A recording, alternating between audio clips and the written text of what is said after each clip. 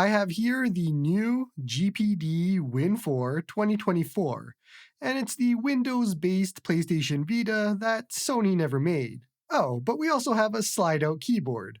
Your move, Sony. Of all of the Windows and Linux-based handhelds that I've ever tried, this is the smallest by far. But also, it's the most powerful by being able to play literally anything that you can think of, with its Ryzen 8840U processor and for $983. Let's talk about the good and the bad when it comes to the GPD Win 4 2024.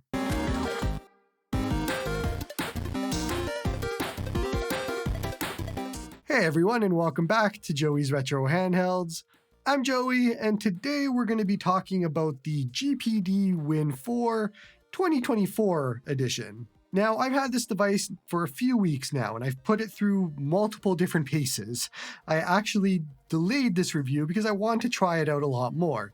So I've had a chance now to do basically everything on it, playing PC games, emulation, typing, everything that you can think of. And I say typing because you have a nice little slide-out keyboard. And so I wanted to test it all out because I reviewed the GPD Win 4 previous edition, or the previous model from 2022. It had a 6800U in it. And it didn't blow me away at that point, for multiple different reasons. Surprisingly, this has those same flaws, but I find myself enjoying this a lot more than I did before. So we'll talk about it. Let's jump right into the specs so you can start drooling right away. And special thanks to Geek Buying for sending this device over for review. As usual, they have no input in what I say, and they haven't seen this review ahead of time. This handheld is packed with power and specs. There's the Ryzen 8840U processor with a Radeon 780M GPU. This model here has 32 gigabytes of RAM and 2 terabytes of PCIe Gen 4 M2 storage. The screen is 6 inches and it's a 1920 by 1080. There's Wi-Fi 6 and Bluetooth 5.2. We have a USB 4 40 gigabyte per second port and an Oculink 63 gigabyte per second port for connecting an eGPU or anything similar. And then on top of that, there's a USB Type-C 3.2 port. So you get 2 USB-C ports basically. Lastly, there's a micro SD card slot, as well as a 45 watt-hour battery. Yeah, it's pretty beefy. The design is obviously based off of the PlayStation Vita. However, compared to the Vita, it's a lot bulkier and different, of course, because this is, well, a full-blown PC, and it can basically do everything. Now, a key feature of this handheld is that slide-out keyboard. It's kind of the whole point of it, for the most part, but I actually end up using this quite a bit more often than I thought I would. It's very easy to just slide it up a little bit, push the Windows button or some specific key that you need, and then just slide it back down and you're set. Now, typing on it, as if you were going to be typing the next great American novel, doesn't feel that great. And obviously, this is kind of more for very quick things that you want to type or do on it. And it's functional in that way, but I'll be honest, I'm not sure that it actually needs the keyboard, and I kind of found myself using it more for review purposes than because I actually wanted to use it. But I find that I could do most anything that I usually do with this keyboard on the on-screen keyboard and just as quickly. Now, as we take a look at the controls of the GPD Win 4, the Vita comparison continues, with the D-pad, of course, but also the button sizes and everything. One thing that GPD thankfully didn't copy is the analog sticks from the Vita. The sticks on this actually feel pretty good, and I didn't have an issue with them at all. On the top, we have the shoulder buttons and triggers, and the triggers have a nice bit of travel and feel pretty good in games like Forza Horizon or anything else where you'd use the triggers quite a bit. On the other side, the D-pad and buttons also feel pretty good. The D-pad itself is basically a Vita D-pad, and so it's instantly a winner, and I had no issues on my part using it. It's pretty good. I was playing a lot of Super Nintendo with it, and was able to hit all of the right notes with Super Mario World without issue. The buttons themselves I do wish were a bit bigger. I know they're going for the Vita look and design here, but with PC games and all of that, I just wish they were a bit bigger. Some other interesting features here is there's a fingerprint unlock on the bottom left, which isn't something that I typically use, but others might. And then there's the Xbox key on the bottom right, which should make a lot of people happy, having a dedicated Xbox button. On the back is two programmable back buttons, which you can customize in GPD's software, or you can use other software to map them as hotkeys, which I do using Handheld Companion. Now, on the comfort side, I keep going back and forth on this. On the one hand, there's a lot of times where I'm using it and it feels just fine, and I have to use it a certain way, hold it a certain way, and it feels okay. But then there's other times where I'm holding it and I'm like, this just doesn't feel comfortable or ergonomic.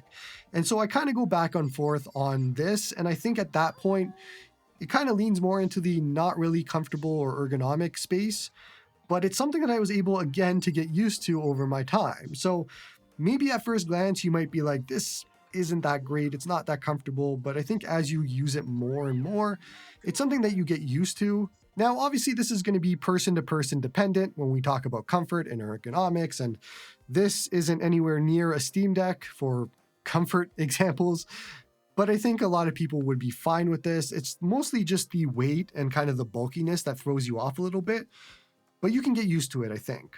Now, on the software side, we're running Windows 11. And helping you navigate Windows is two things. There's a switch on the left side of the device that lets you go into a desktop mode and a gamepad mode.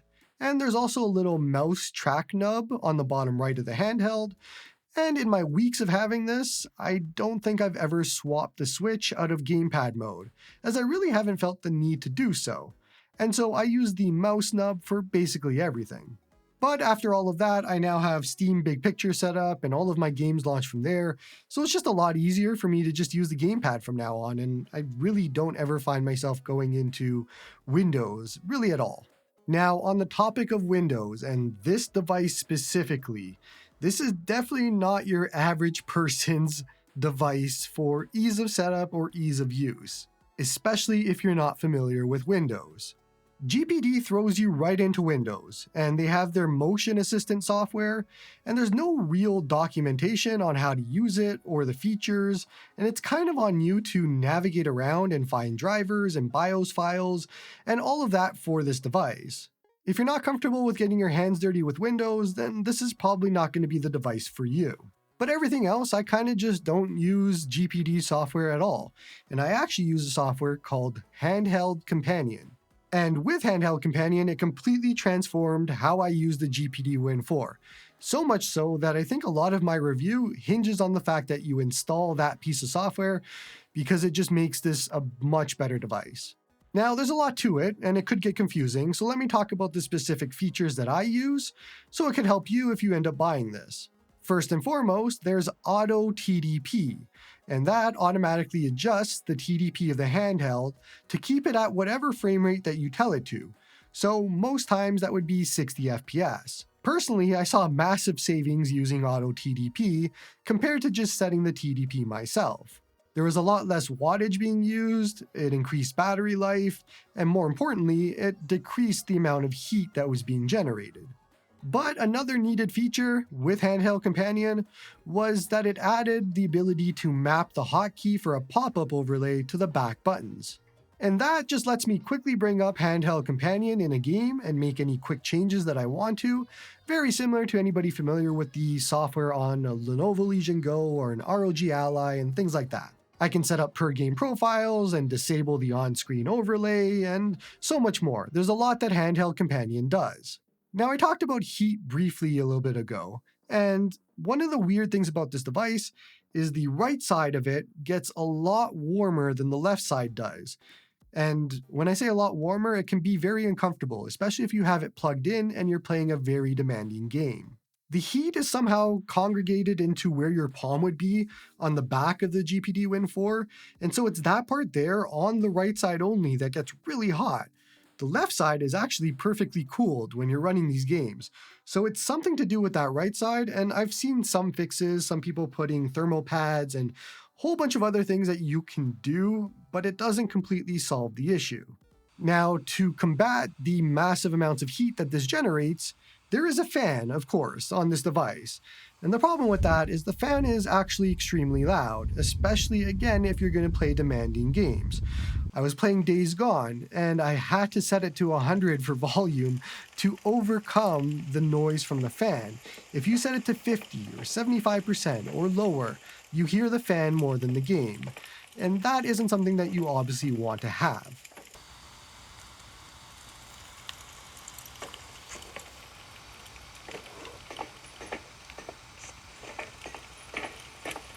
But that's the way it is. It's just, you can't give up for this form factor.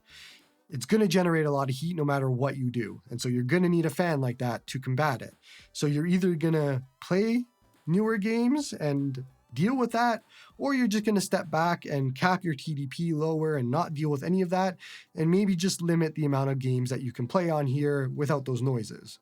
Now, as far as battery life goes, it's kind of a mix. And remember again, this is a 45 watt-hour battery inside of here, so I can give you a few different ranges of games that I've played and what the battery was.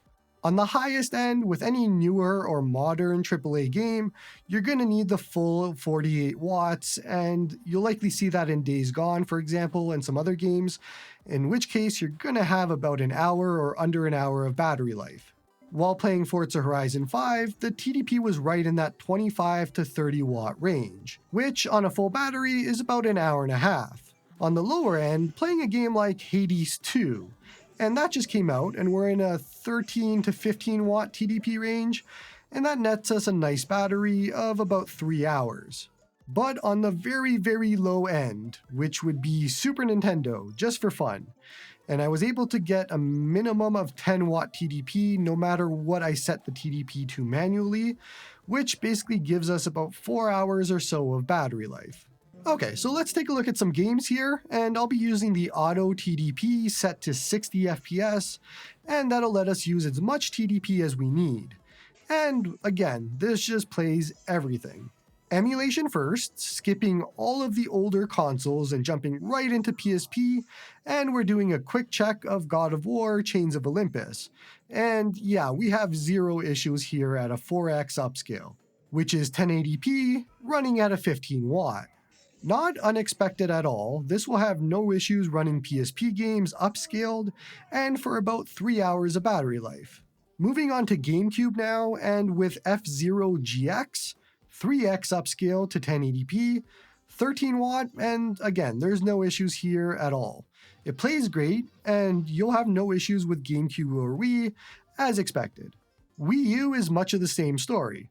Looking at the start of Wind Waker here, and we're at a 16-ish watt TDP, and once again, you're just going to have zero issues playing Wii U. It looks fantastic on here, honestly. I was super surprised how good Wind Waker looks. Okay, all of those aside, let's get into the fun ones. And to not lead you astray, PS3 and Xbox 360 emulation are both tough to emulate, with a lot of games still having issues and all that sort of thing. So just keep that in mind as you're watching. And here's PS3 emulation, and we're going to start with Asura's Wrath, native 720p, and change the auto TDP to 30 FPS to match the game. But the game plays great, minus a few dips here and there due to the emulator.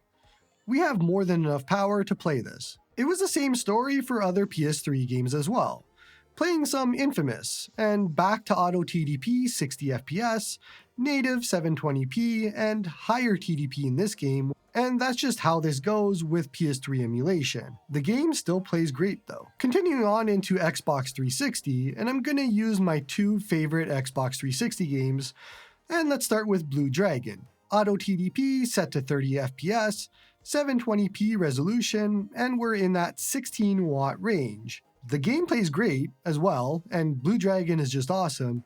16 watt is actually really good. Then my other favorite Xbox 360 game, Lost Odyssey, and this runs at a higher 23-ish watt TDP, but once again it plays perfectly great.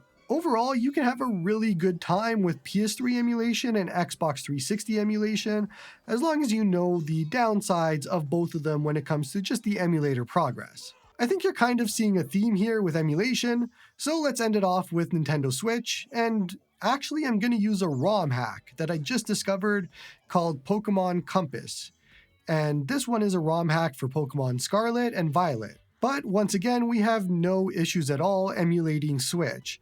And it actually looks and feels better than my Switch does. Docked mode, 1080p, auto TDP set to 30, and we're at a 20-ish watt TDP.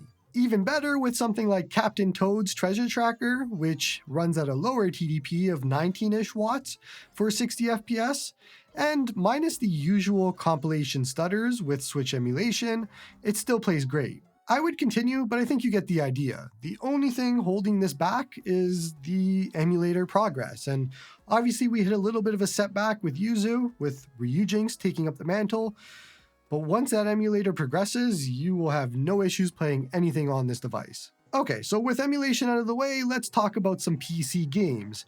And I showed Forza Horizon 5 a little bit earlier, but it's here at 1080p, high settings, FSR is on auto, and we have a straight 60 FPS throughout, which is just absurd for a handheld. Hades 2 is another, and it's in that 13 to 15 watt range, but a locked 60 throughout, and graphics are on high.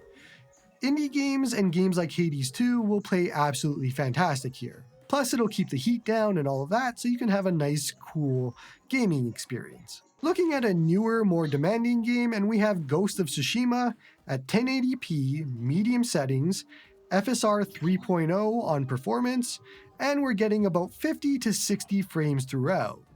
If you wanted, you could bump this down some settings to save on TDP and battery life, maybe 720p and 40 FPS locked, but this is still great if you want to just play it at full power. And so I just kept going and playing more games.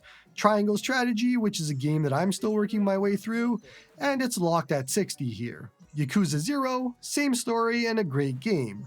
Almost everything that I played that isn't from this year or unoptimized runs fantastic. Now, Days Gone runs really well on here, but it's going to be one of those games that needs to use as much power as possible, and the fan will be going quite a bit like I showed before.